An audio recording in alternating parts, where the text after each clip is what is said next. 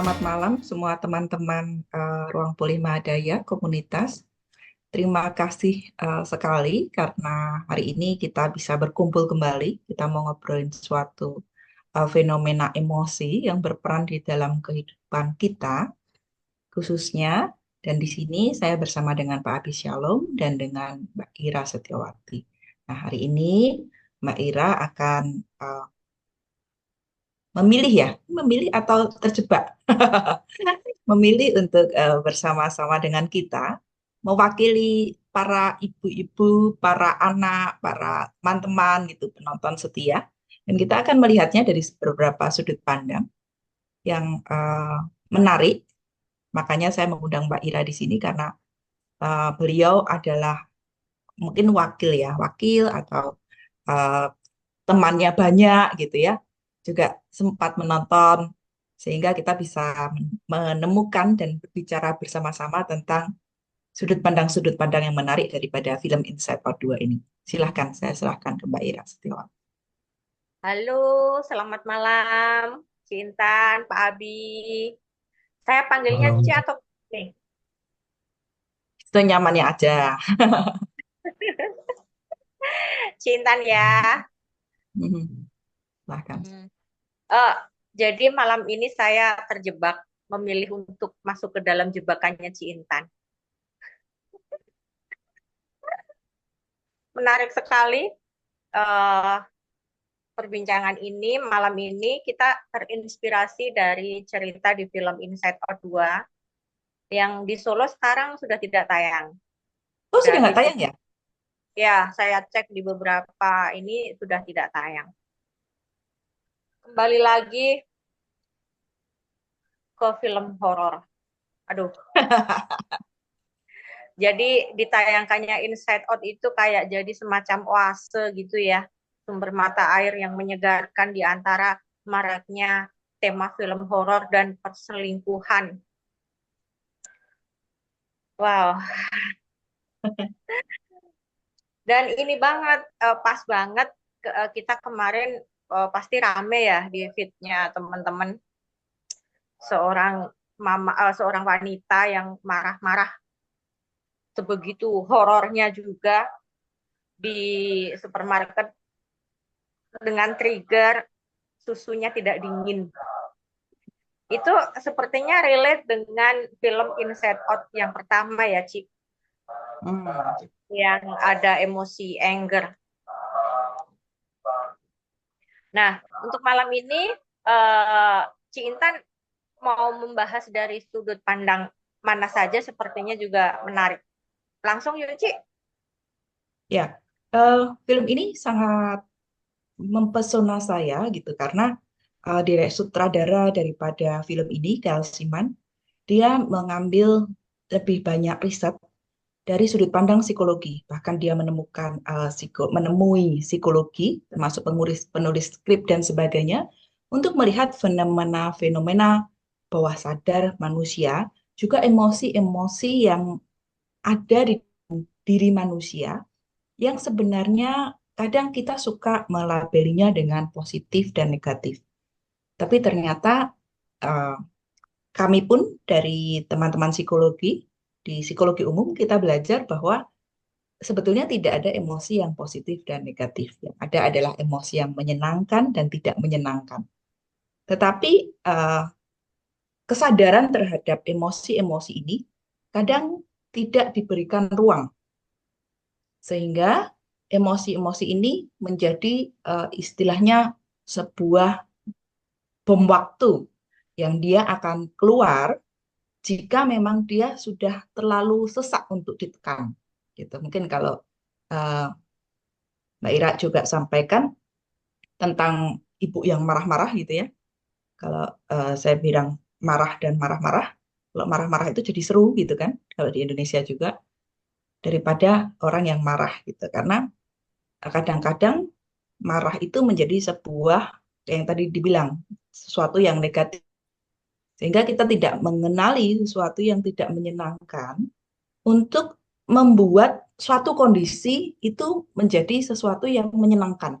Ketika kita menyadari emosi menjadi dua hal, menyenangkan dan tidak menyenangkan, berarti ada pilihan untuk men-shift si tidak menyenangkan ini ke dalam sesuatu yang menyenangkan.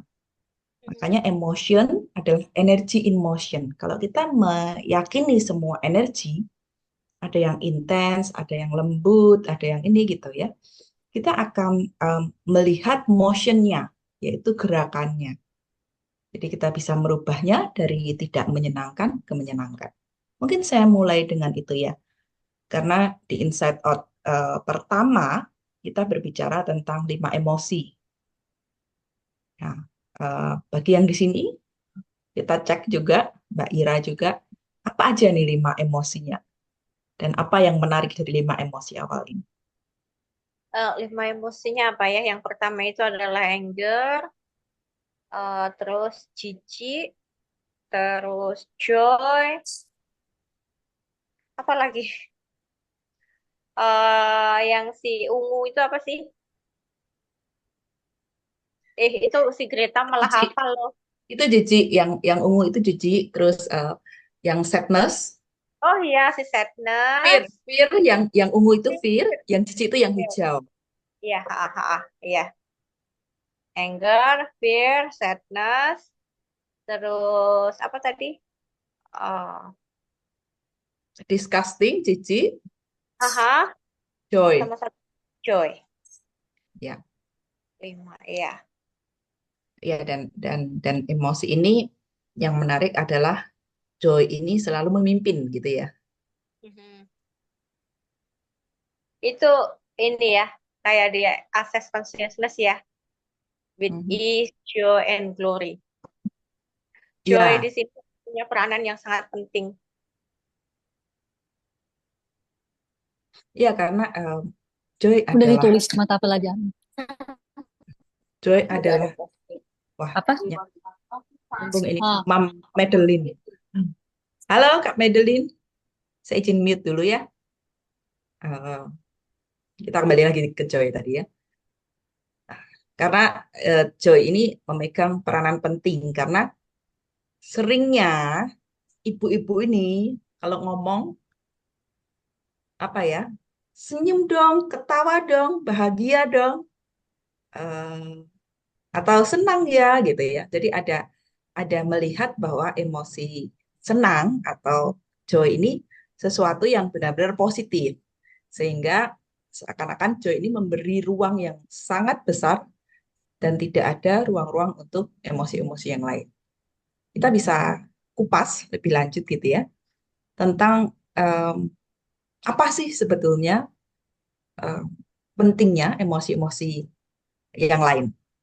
Kalau dari Mbak Ira sendiri, apa nih yang Iya, menarik dari?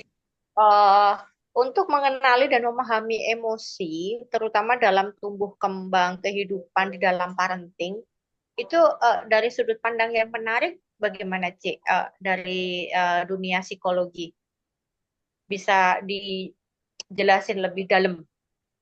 Ya, em, yang yang perlu diketahui adalah pertama, melihat bahwa emosi itu hanya tentang menyenangkan dan tidak menyenangkan. Jadi tidak ada yang negatif dan tidak ada yang positif. Karena kadang-kadang ketika kita mengambilnya sebagai sesuatu yang negatif, akhirnya jadi kayak tidak boleh gitu kan. Jadi akhirnya melihat menjadi sesuatu yang salah atau sesuatu yang buruk. Mhm. Padahal sesuatu yang salah dan sesuatu yang buruk itu menyeimbangkan dari yang benar dan sesuatu yang baik. Jadi contohnya kita akan mulai dengan marah. Apa sih fungsi daripada marah?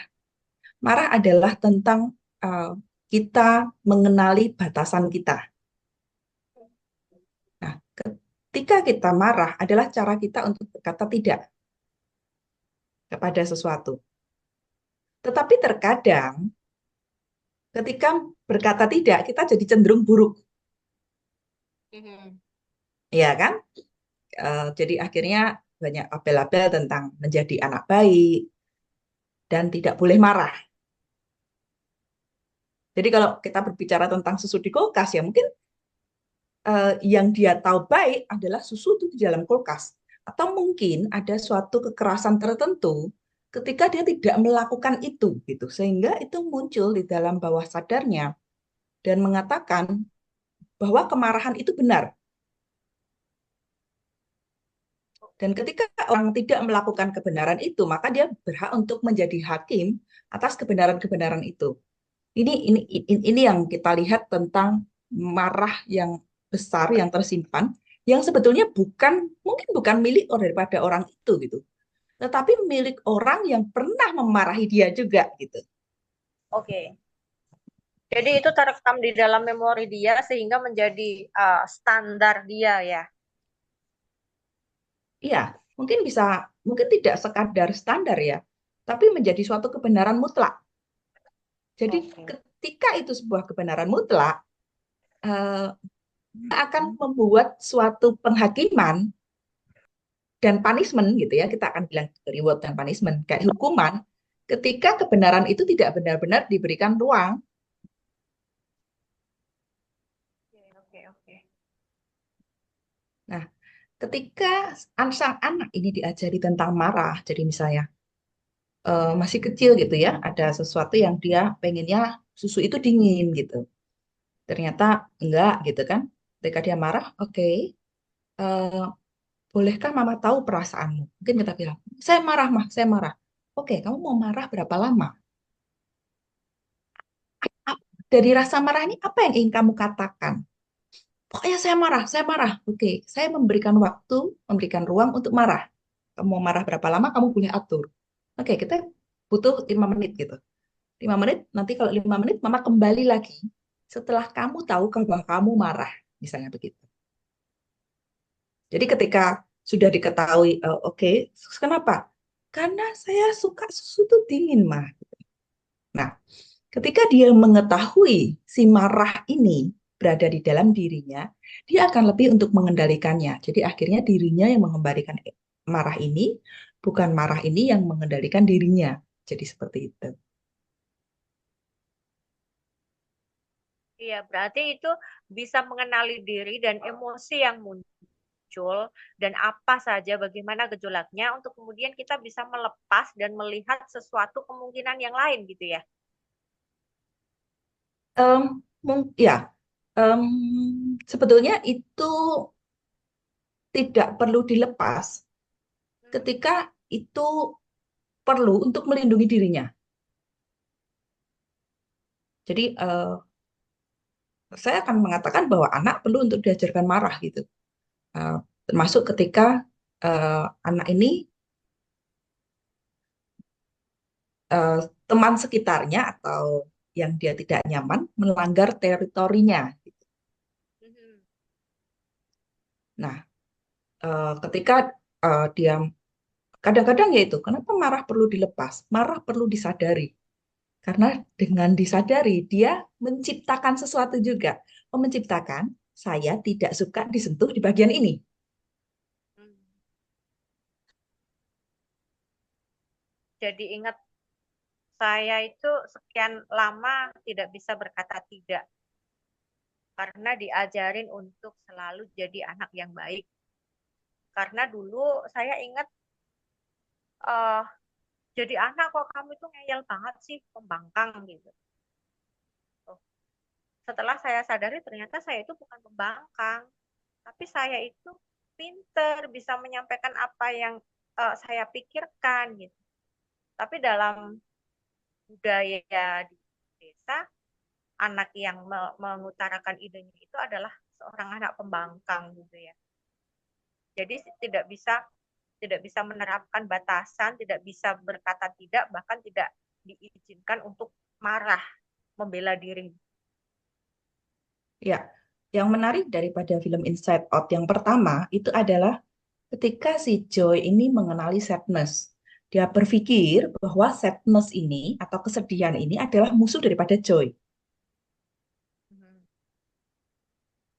Ternyata setelah berpetualang gitu di lorong waktu dan sebagainya, ternyata sadness ini adalah cara seseorang untuk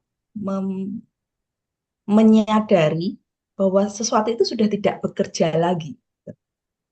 sesuatu ini tidak bisa dipakai lagi gitu karena ya memang menyedihkan gitu. Nah, tetapi ketika kita tidak mengetahui dan tidak menerima keberadaan si sedih, akhirnya kita kecanduan kesedihan. Gimana itu, Cik? Jadi kita kita menciptakan diri kita sebagai korban. Oke. Tapi ketika kita menyadari kesedihan, pasti ada keputusan yang kita ambil sehingga kita menarik kesedihan itu. Sedihan juga bisa menjadi candu ternyata ya. Iya, karena di balik kesedihan pasti ada perhatian mungkin. Di balik Oh, kesedihan ada apa gitu. Jadi segala sesuatu yang menyenangkan itu akan ada lawan daripada tidak menyenangkan. Makanya di akses menjadi point of view, avoiding dan defending gitu. Sudut pandang yang dihindari dan dipertahankan.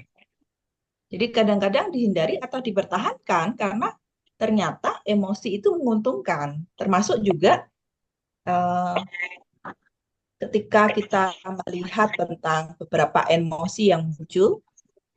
Bentar saya izin untuk mute dulu ya.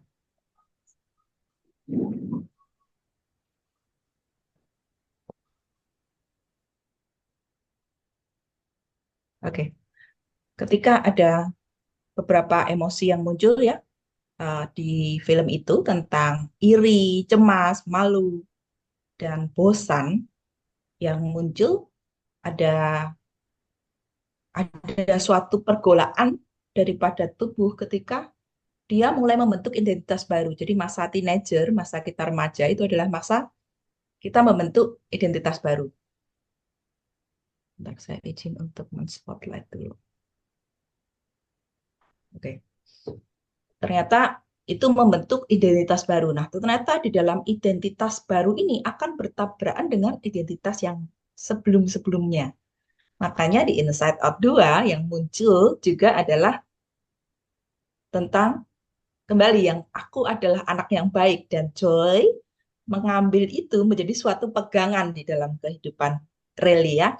Jadi bagi teman-teman yang di sini yang belum menonton Inside Out 2, boleh saya ceritakan sebentar ya tentang sebuah film epik daripada seorang sutradara bernama Kel Steeman. Beliau sebetulnya adalah seorang yang bereksplorasi dengan anak remajanya dan bertemu dengan psikolog dan dia mengadakan riset juga gitu ya dengan anak-anak remaja lainnya. Dia benar-benar membuat film ini sangat serius tentang emosi-emosi seseorang anak yang di situ digambarkan oleh Raleigh ya. Bagaimana dia adalah atlet dari pemain yang dia memiliki emosi-emosi yang muncul yang kita pikir itu kadang suatu kesalahan, tapi ternyata itu adalah bagian-bagian diri untuk bertumbuh kembang. Mungkin seperti itu ya. Dan yang yang di Inside Out 2 ini kan kemudian muncul beberapa emosi baru ya. Karena ada transisi dari masa kanak-kanak menjadi pubertas. Itu ada yang entitas diri yang iri, kemudian muncul kecemasan, lalu malu dan bosan. Itu entitas diri itu apa sih sebenarnya? Apakah itu merupakan bagian dari diri kita, diriku ini ya itu, ataukah dia hanya sesuatu yang nempel atau bagaimana? ya kalau kita berbicara tentang emotion, emotion itu energi in motion. Jadi energi ada di dalam tubuh yang sedang bergerak. Pada anak-anak dengan pubertas, Mhm. bodinya berubah cukup banyak. Jadi kebetulan mungkin 2 minggu lagi ya, saya coba eh, membuat janji dengan seorang dokter hormon yang mungkin kita di WA Group sudah ngobrol dengan dokter Olivia. Kita akan banyak ngobrol tentang hormon dan perannya terhadap emosi. Jadi bagian tubuh kita berubah.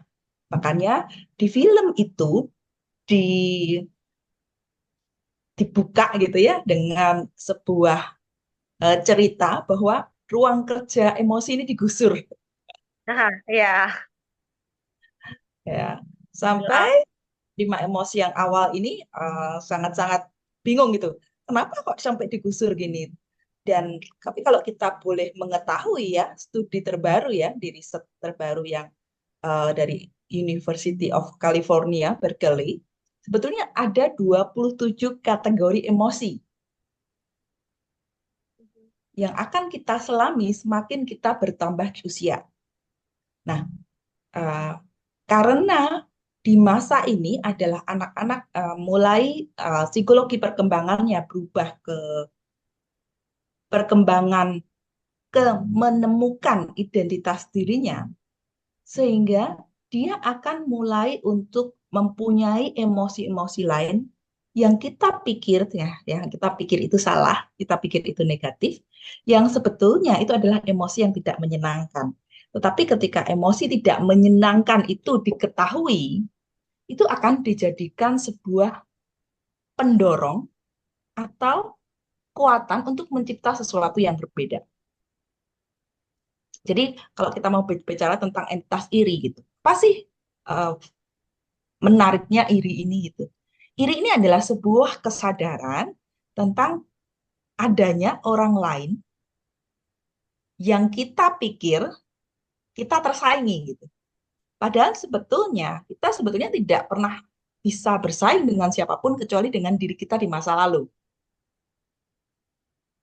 wow, menarik Tetapi ini. tetapi sang iri ini akan uh, mencoba untuk membuat sebuah right, wrong, good, bad gitu ya, benar, salah, baik, buruk, dan membandingkan diri dengan orang lain. Dan pada saat ini terjadi, akhirnya menjadi suatu apa ya, kelumpuhan sosial. Akhirnya jadi akan tabrakan dan sebagainya. Tetapi jika dia mengenali identitas dirinya, termasuk orang tuanya, menemani dengan semua rasa irinya, rasa ini menjadi sebuah um, dorongan untuk berbuat maju, lebih kayak gitu. Nah, kalau itu selain iri itu si anxiety ya, itu dominan sekali di sini. Bahkan dia jadi kayak semacam komandonya gitu, yang berusaha untuk mengendalikan semuanya, tapi ternyata aduh kok akhirnya berantakan gitu. Ya, anxiety ini adalah kecemasan. Kecemasan ini dimiliki oleh anak-anak uh, pubertas gitu karena dia mulai panik dengan tubuhnya. Karena mood mulai berubah, hormon juga berubah dan sebagainya. Sehingga uh, dia mempunyai keadaan waspada. Sebetulnya nerve systemnya mulai berkembang. Jadi kemampuan dia untuk menghadapi masalah mulai berkembang. Tetapi ketika si anxiety, kecemasan ini mengambil alih seluruhnya, itu menjadi tidak menyenangkan lagi istilahnya gitu. Hmm. Jadi kecemasan ini diberikan untuk membuat seseorang ini menjadi lebih sadar dengan kehidupannya. Nah, Tadi kita sebagai orang tua nih yang mendampingi proses anak tumbuh kembang gitu saat memasuki masa pubertas supaya tidak bingung dan bisa bisa apa ya selaras untuk memfasilitasi perubahan si anak itu apakah kita perlu melakukan latihan-latihan tertentu atau kita cukup mengikuti oh dulu orang tuaku kayak begini gitu sih Ci. ya itu tidak usah mengikuti, pasti mengikuti. Kalau orang tua aku kayak gitu. kadang kan kadang kan ada pola parenting tertentu yang sudah tidak apa ya tidak relevan lagi antara pola parenting kita dulu yang kita terima dengan kondisi si anak uh, di sekarang gitu loh. Oh iya iya Om Yano tolong Om. Ya itu juga Kak, itu juga yang terjadi ya ketika eh, pada beberapa orang dengan yang ada berada di sini ya. Sekarang pertanyaannya gitu. saya mau tanya kepada semua yang ada di sini, bisa buka ini ya, buka suara atau bisa chat di eh, bagian chat kita. Kalau orang tua marah, apakah itu benar? Pertanyaan yang lebih ekstrim lagi, kalau orang tua mukul, apakah itu benar? Ya kan? Nah, eh, dan kenapa? Karena dulu tidak ada anak melapor ke HAM kan. Iya, Dan sementara itu juga terjadi gitu. Di sekarang anak melihat, oh ini nggak boleh, Mam. Karena di sini ada gini-gini, saya barusan baca seperti ini gitu. Sehingga memang pergeseran parenting tentang ini akan jadi sedikit berbeda ya. Mungkin Pak Abisalom mau menambahkan?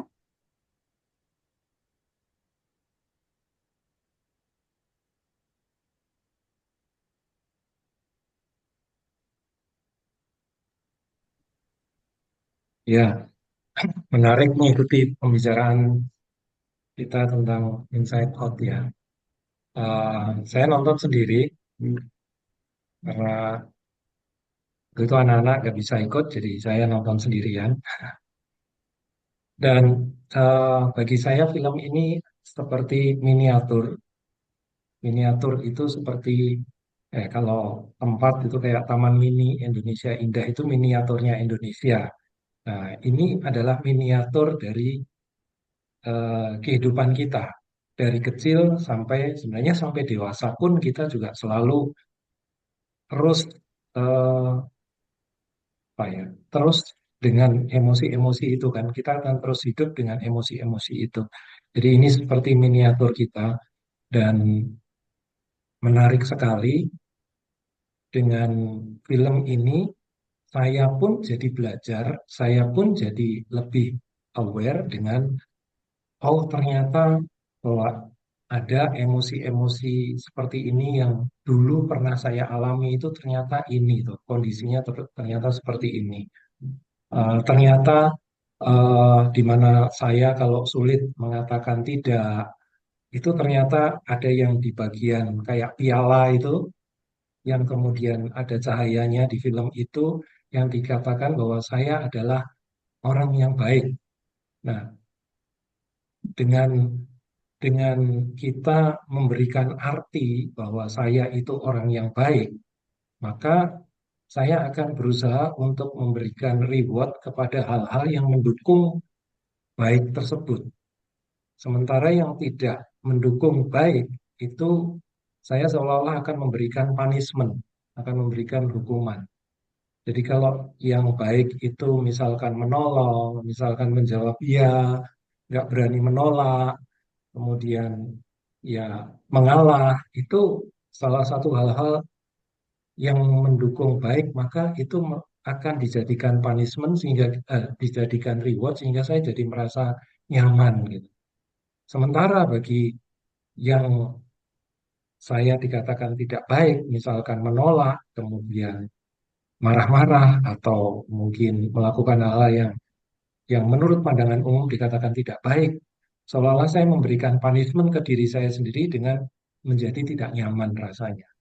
Tapi dari film itu saya belajar bahwa ya ternyata dari film itu juga mendapatkan insight bahwa kita nggak harus menjadi baik, kita juga nggak harus menjadi buruk, kita nggak harus menjadi cemas, tapi semua itu ada di dalam film itu.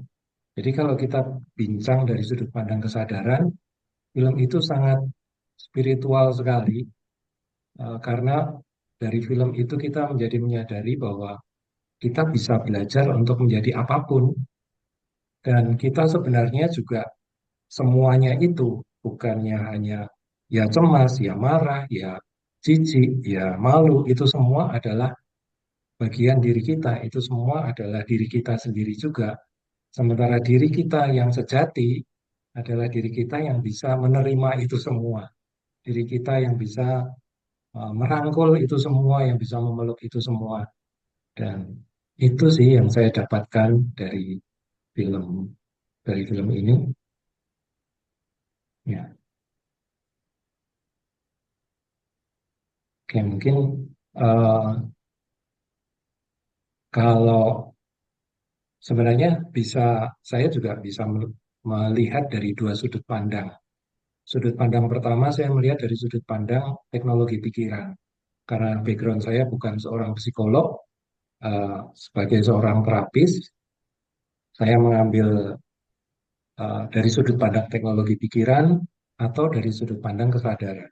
Dari sudut Iya pandang Pak. teknologi pikiran, Pak ya, Afi, maaf, boleh kita kembali ke yang pertanyaan yang kita sedang obrolkan tadi ya, tentang oke, orang oke, tua ya, tentang orang tua. Eh, kita ya, ketahui tadi kita ngobrol ya tentang orang tua yang marah, dan di orang sini tua ada boleh marah atau tidak, ya, oke, ya orang tua boleh marah atau tidak, termasuk ketika orang tua marah itu menjadi suatu kebenaran yang mutlak. yes, Kita tadi sedang mengobrol itu ya Pak. oke, ya,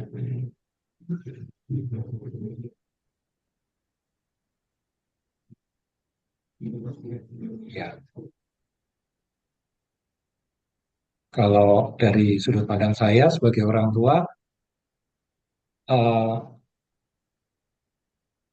bagi saya bebas sih ya. Orang tua kita mau marah atau kita mau tidak marah, eh, asalkan kita menyadari apa yang kita lakukan. Sebenarnya kuncinya bagi saya sederhana. Satu, apakah kita menyadari kalau kita marah, marahnya itu apa? Marahnya itu untuk apa? Marahnya itu kita tahu kapan kita marahnya, itu saja sih. Jadi kuncinya di menyadari. Kalau bagi saya itu, Bu Sinta.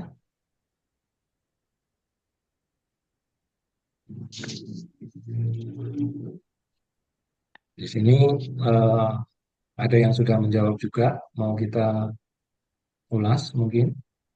Ya, silakan.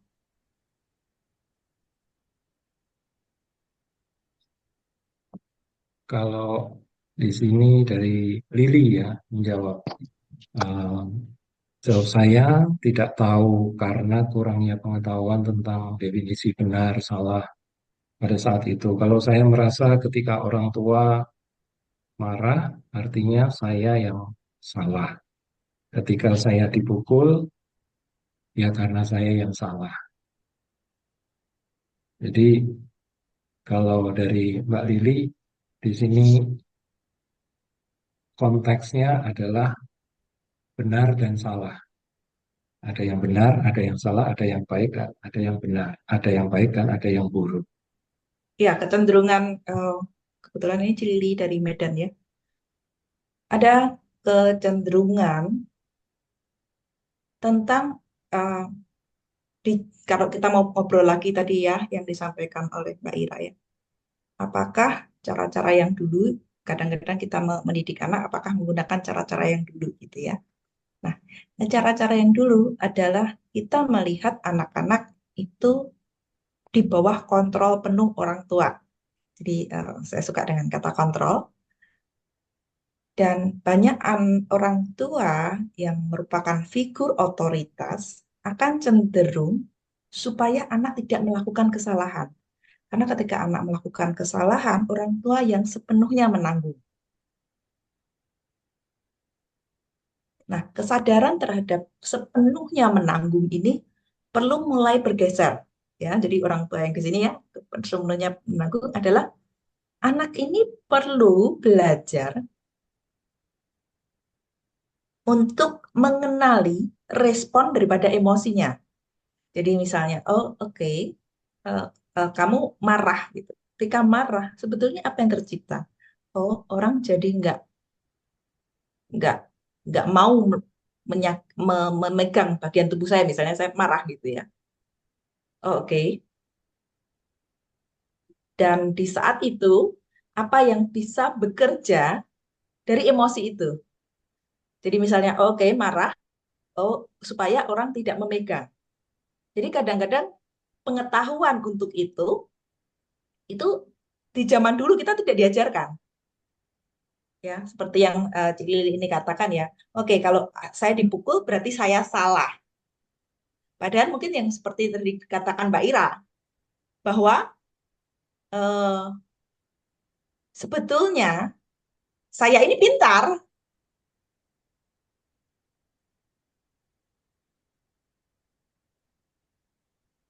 ya.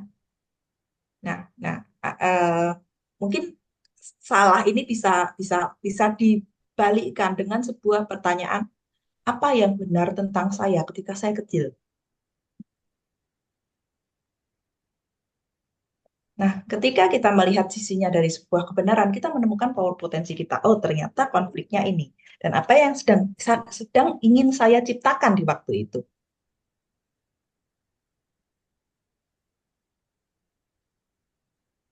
Jadi, Ci, jadi pertanyaan apa yang benar ketika saya kecil ini bisa kita pakai di kondisi kekinian saat kita membersamai anak-anak kita ya. Ya, ya, termasuk apa yang benar dari anak saya yang saya belum lihat. Apa yang sudah diketahui oleh anak saya yang saya belum sadari. Ya, ya seperti Karena judulnya. karena anak sekarang itu sepertinya kok canggih-canggih banget gitu loh. Dan sebetulnya bukan bukan anak sekarang aja, anak dulu pun Ya, eh, hanya keadaan dari dulu adalah ketika semua disamaratakan itu eh, memang tercipta suatu kayak form structure untuk seseorang itu kayak pendidikan gitu ya. Ketika orang S1, S2 gitu rata-rata semua dulu di, di, di pendidikan itu pasti semua dapat kerja kan. Hanya sekarang oh, keadaan sudah mulai bergeser kan. Kita tidak bisa mengikuti sebuah struktur yang ternyata sekarang sudah banyak pekerja-pekerja seni yang seperti konten kreator dan sebagainya dan itu benar-benar melampaui pikiran orang tua zaman dulu gitu. oke, iya, iya, iya. Kayak Itu sekarang kayak sekarang sebenarnya zaman dulu dan zaman sekarang pun sebenarnya punya power dan potensi yang setara gitu ya. ya ya Mbak Ira boleh diulas yang di komen. Oke, yang di komen ini dari Kak Niala, menurut saya bukan boleh atau tidak, tapi apakah reaksi marah itu diperlukan ketika anak melakukan sebuah kesalahan? Apalagi kalau sampai memukul, apakah kesalahan terlalu fatal sampai harus memukul? Oke. Bagaimana menurut Cinta? Bentar. Oh, ternyata Mbak Lili bukan dari ini ya, Medan, tapi dari Lili dari San Antonio, Texas. Oh, oke. Wow. Oh, Oh, ya videonya nggak muncul sih. Anaknya banyak dia. Anak yang diajak jalan-jalan. Bukan boleh atau tidak, tapi apakah reaksi marah itu diperlukan ketika anak melakukan sebuah kesalahan? Nah, Mbak Niala boleh mau membuka mikrofon atau video. Saya tertarik dengan ketika anak melakukan sebuah kesalahan. Nah, sebetulnya sebuah kesalahan apa sih, gitu ya? Apalagi kalau sampai memukul. Apakah kesalahan terlalu fatal sampai harus memukul? Ya, sebetulnya memukul itu adalah suatu tindakan yang tadi saya bilang mengkontrol ya. Ketika ada suatu kontrol kebenaran mutlak, akhirnya orang tua akan berusaha untuk menjaga anak di dalam kebenaran ini. Padahal masih ada sisi-sisi lain yang bisa disadari bahwa kebenaran itu tidak terlalu mutlak gitu. Ketika si anak ini lebih memahami tentang konsekuensi yang dilakukan. Jadi ketika dia memahami konsekuensi yang dilakukan, apa yang diciptakannya, itu jauh akan membantu anak-anak ini untuk mengetahui ini boleh dilakukan atau tidak boleh daripada dengan pukulan. Mungkin seperti itu. oke. Terus ada lagi dari Kak Lia, apa yang benar dari anak yang belum saya lihat? Oh ya, tadi yang saya catat itu. Saya mau tanya yang itu. Tadi kan kita sudah ada ya iri, ada cemas, kemudian malu. Saya ingat Greta kemarin waktu saya ajak ke kolam renang gitu, celananya basah. Kemudian saya jemur dulu, dia hanya menggunakan celana pendek. Dia komentar begini, Mami apa nggak malu? Gitu. Malu itu sering identik dengan standar society kita ya. Jadi batasan antara malu, hal yang memalukan, hal yang bikin malu, atau sesuatu yang eh, melanggar norma itu bisa membuat malu gitu. Tapi sebenarnya malu itu pun juga punya kontribusi buat kita ya. Ya, embarrassment adalah cara tubuh atau cara diri untuk mengetahui bahwa eh, ada sesuatu yang perlu kita kurangi intensitasnya. Itu yang pertama. Yang kedua, kesadaran akan lingkungan kita. Jadi kayak saya misalnya di sini, ketika saya bersama-sama dengan teman-teman dari luar gitu, saya pun mengikuti pakaian mereka. Tapi ketika saya bersama-sama dengan orang Indonesia, yang orang Indonesia pun ada beberapa macam ya yang mengizinkan untuk lebih terbuka atau ada yang tertutup dan sebagainya. Saya berusaha untuk me- mensamakan ya, mensamakan atau istilahnya makanya kalau di party pun kan ada dress code gitu kan. Jadi kadang malu itu digunakan untuk membuat kita normal. Makanya di psikologi pun ada namanya psikologi abnormal. Psikologi abnormal itu terjadi ketika sesuatu itu berbeda daripada society-nya. Jadi kesadaran akan malu atau embarrassment ya si Pinky ini Pinky yang gendut itu ya kesadaran akan itu adalah tentang diri yang sejauh mana sih kita melangkah memberikan memberikan kontribusi seperti apa atau seberapa kita mundur seberapa kita mengatakan ini atau tidak gitu. Jadi memahami emosi-emosi itu akan membuat kita oh oke, ya nggak apa-apa saya malu gitu. Tapi dari malu ini apa yang aku pelajari? Jadi kayak misalnya tadi Greta, oke, apa nggak malu mam gitu kan ya? Eh, oh iya ini di kolam renang. Kalau kita di kolam renang, semua orang pakai baju terbuka misalnya. Tapi kalau misalnya di luar, nah kita lebih tertutup gitu karena kan kita ya pengetahuan-pengetahuan tentang itu ya itu menjadi sebuah kesadaran. Jadi rasa malu ini akan membantu untuk memberikan sebuah kesadaran terhadap society. Jadi kesadaran terhadap society. Kesadaran terhadap society bukan berarti kita perlu untuk menuruti sepenuhnya ya, istilahnya mungkin seperti itu. Nah, itu menarik ketika kita ada berhadapan dengan society untuk memenuhi sepenuhnya dan kemudian ada rasa malu. Batasan-batasan yang perlu kita terapkan untuk bisa tetap menyadari bahwa ada rasa malu, tetapi tetap menjadi diri kita sendiri. Itu penting banget ya dilatih kepada anak-anak maupun kepada kita. Ya, ya, ya. Di film itu really sangat bagus ya mem- memainkan ketika dia berada di kotak penalti, di mana dirinya sangat bergemuruh gitu ya, dengan semua rasa terhadap temannya, terhadap ini gitu kan. Eh, dia dia mengamati semua emosinya dan dan dan dia pun memilih untuk oh, oke, di satu sisi saya perlu fit in gitu ya, saya perlu masuk ke lingkungan saya yang baru. Tapi di satu sisi saya juga tidak bisa meninggalkan teman-teman karena ada rasa di situ. Nah, kesadaran akan semua rasa itu termasuk rasa malu ya. Rasa malu ketika kakak kelas yang dia pengen masuk tapi ternyata nggak nyambung dan sebagainya. Itu membawa dia kepada sebuah tantangan untuk supaya tidak dipermalukan. Jadi rasa malu ini juga bisa menjadi batu loncatan untuk membuat seseorang berusaha lebih. Iya, iya, oke. Dapat. Oke.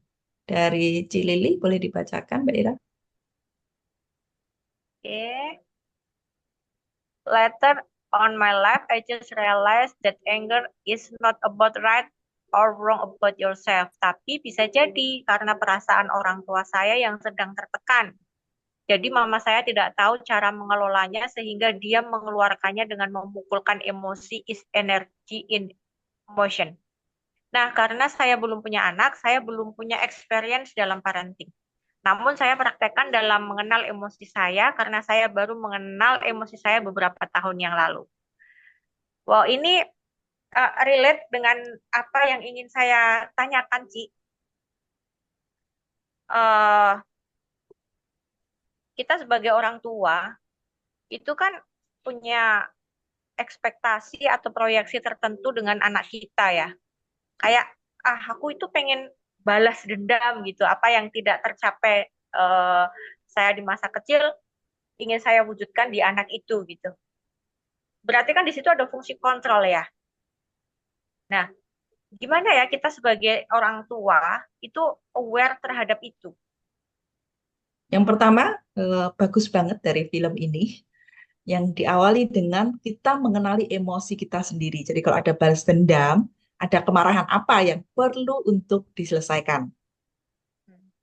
Nah, kemarahan itu dirilis dan diselesaikan sendiri, bukan sebagai anak kita. Terus yang kedua adalah sadari bahwa kita melahirkan anak kita bukan berarti anak kita adalah milik kita, Mhm. tetapi dia adalah milik yang maha besar. Bahwa dia adalah infinite being, dia adalah being yang dapat menemukan dirinya sendiri. Jadi proyeksi dan ekspektasi kita akan mengecilkan rencana-rencana besarnya.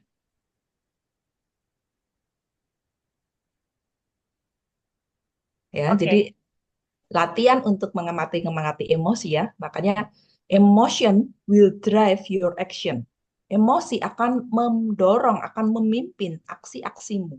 Tapi ketika kamu memahami emosimu, akhirnya emosi ini yang akhirnya kita yang memimpin, kita yang menjadi lebih luas daripada emosi itu, daripada emosi ini yang meluas di dalam diri kita. ekspektasi, proyeksi kita justru akan mengecilkan kapasitasnya dia. Padahal dalam dunia sempit berpikir kita, itu adalah bentuk kita melindungi dia. Itu kan Ya, kayak ada apa ya, kondisi kontradiktif gitu loh. Kita berusaha protect dia, tapi justru itu yang mengecilkan dia gitu kan. iya, ya. Pak Abi mau tambahkan sebelum kita akhiri ya, karena ini saya sudah di warning-warning waktu sama yang merecord. Ya, eh, kalau bagi saya, jadi dari film itu kita juga bisa belajar apakah sebenarnya hidup kita dikendalikan oleh emosi atau kita yang memimpin emosi-emosi itu yang relate dengan yang terakhir ini tadi. Jadi tidak ada yang salah dengan semua emosi, tidak ada yang buruk dengan semua emosi.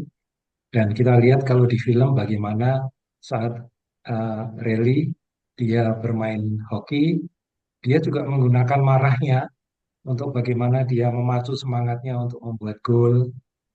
Dalam kehidupan kita, kita juga bisa menggunakan semua emosi itu untuk bagaimana semua emosi itu bisa berkontribusi dalam kehidupan kita.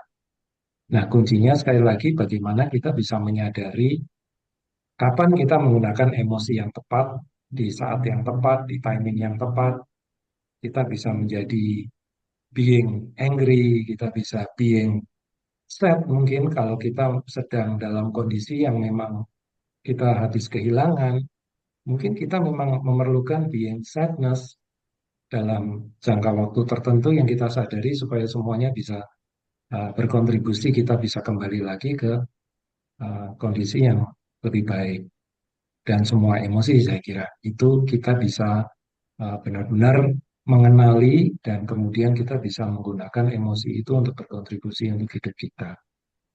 Ya, itu mungkin yang bisa saya sampaikan dan semoga ini bermanfaat juga untuk kehidupan kita semua.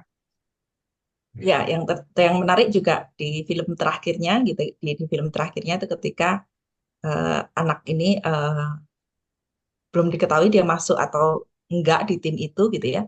Makanya ada satu emosi lagi yang dikenali dengan envy atau bosan. Atau kita bisa bilang mager, males gerak gitu. Nah, kadang-kadang pada saat orang tua semakin mengontrol, si mager ini akan melindungi dia untuk menjadi dirinya sendiri sebetulnya. Ya, dan film itu ditutup dengan sangat bagus sekali ketika dia mau makan dia ini dan orang tuanya sangat paniknya gitu. Apakah dia bisa menyesuaikan di tempat yang baru dan sebagainya dengan 1000 pertanyaan tentang proyeksi dan ekspektasi.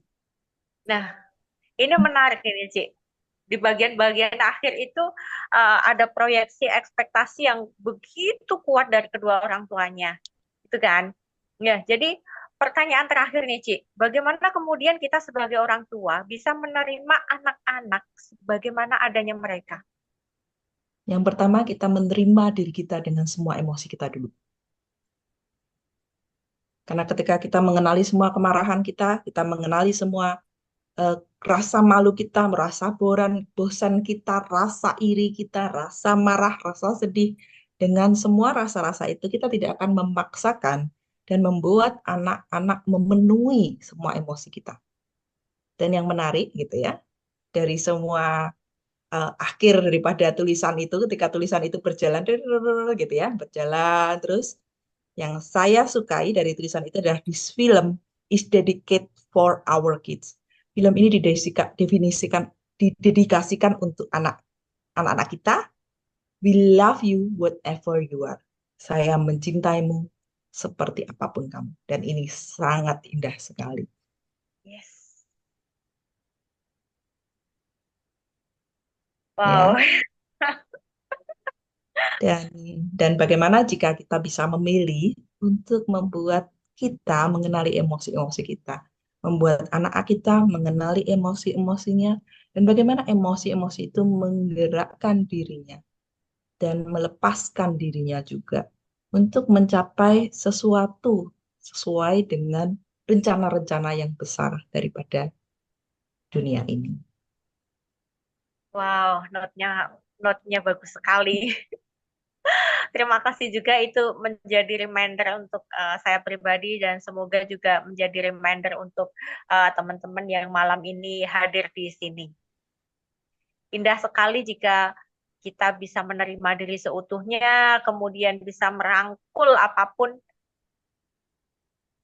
anak-anak kita. Thank you, Cintan. Sepertinya Ya, sudah tuing-tuing 1 jam. ya, oke. Terima kasih Mbak Ira, terima kasih Pak Abisalom. Oke, terima Dan kasih Pak terima Abi. kasih buat semua teman-teman yang sudah bergabung. Jika nanti masih ada yang perlu untuk didiskusikan di WA Group, silahkan. Saya terbuka. Semoga menjadi berkah di malam hari ini. Selamat malam, selamat beristirahat. Terima kasih. Selamat malam, terima kasih.